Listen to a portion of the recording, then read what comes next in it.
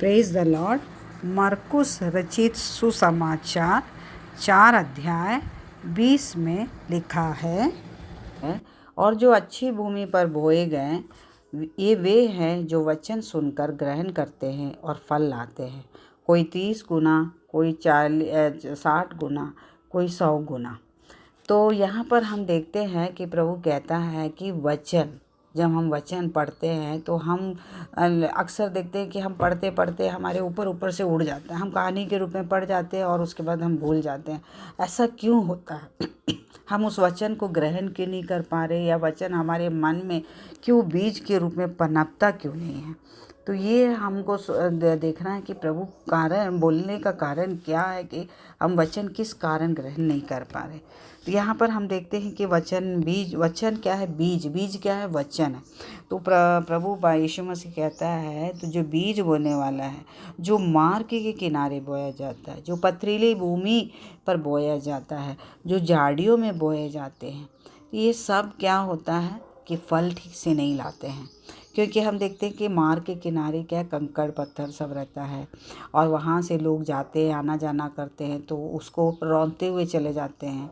और जो पथरीली भूमि है, अगर हमारा हृदय पत्थर के है, अगर हमारे जीवन में कंकड़ पत्थर, एक तरह का हर एक तकलीफ़ परेशानियाँ हमारे जीवन में हैं, जो कुछ मतलब वचन को सुनने का शक्ति ही नहीं रखता है, कि बैठे हैं सिर्फ नाम के लिए, लोगों को दिखाने के लिए हम बैठे हैं, हम पढ़ रहे हैं, और सिर के ऊपर से हर वचन उड़ के जा रहा है, तो कोई मतलब नहीं है। वो एक तरह का कंकड़ पत्थर ही हुआ, उधर ज़्यादा मिट्टी नहीं रहता है। उसी प्रकार पथरीली भूमि के बीचों बीच में अगर थोड़ा बहुत मिट्टी भी रहता है, तो वो भी क्या करता है, हम थोड़ा दिन सुन लेते हैं, उसके बाद फिर हम उसको भूल जाते हैं। और फिर उसके बाद झाड़ियों में जो बोए गए हैं, उसके संसार की पथरीली भूमि में जो बोए गए हैं, उसमें क्या है कि हम सुन के तो ग्रहण कर लेते हैं, लेकिन क्या होता है, हमें वो थोड़े दिनों के लिए रहता है, फिर उसके बाद हम फिर नॉर्मल वे में आ जाते हैं। क्योंकि जब हमारे जीवन में दुख आता है, उपद्रव आता है, तो हम ठोकर खाते हैं और हम उसको भूल जाते हैं, और फिर वही दुख चिंता में बैठे रहते हैं। उसी प्रकार झाड़ियों में बोए गए, तो क्या हम सुन लेते हैं वचन, लेकिन हमारे हृदय में हर एक चिंताएँ रहती है, संसार की चिंता, धन का धोखा, वस्तुओं को लाभ। तो ये सब क्या होता है, हमको वचन हमारे अंदर ग्रहण करने नहीं देता है।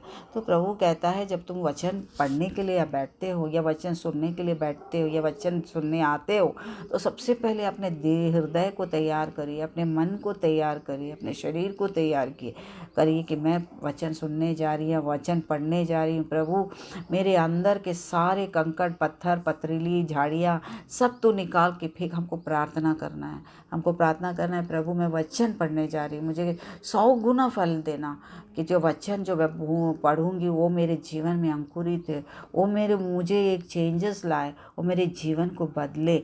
हमको प्रार्थना करना है, और प्रार्थना करके हम प्रिपरेशन ज़रूरी है। जब वचन हम पढ़ने जाते हैं, हम पहले कहते हैं कि ना प्रार्थना करो, तो प्रार्थना में हमको प्रिपेयर करना, एक प्रिपरेशन होना। प्रभु, आज मैं वचन पढ़ने जा रही हूँ, मेरे अंदर के सारे चिंताएं, कंकड़ पत्थर जो के रूप में जो परेशानियां मेरे अंदर है, पथरीली पत्थर हृदय, कठोर हृदय को बदलना। पिता, मैं वचन पढ़ रही हूँ। ऐसे प्रार्थना करके हम जब बैठेंगे ना, तो निश्चय प्रभु हमें 100 गुना फल लाएगा, फल देगा हमारे जीवन में। वो वचन, एक एक वचन अंकुरित करेगा, और हम कभी हमारे जीवन से भूलेंगे नहीं। जब भी दुख आएगा तो हमको वचन याद आएगा, और वचन घोषणा करते हुए हम विजय प्राप्त कर सकते हैं।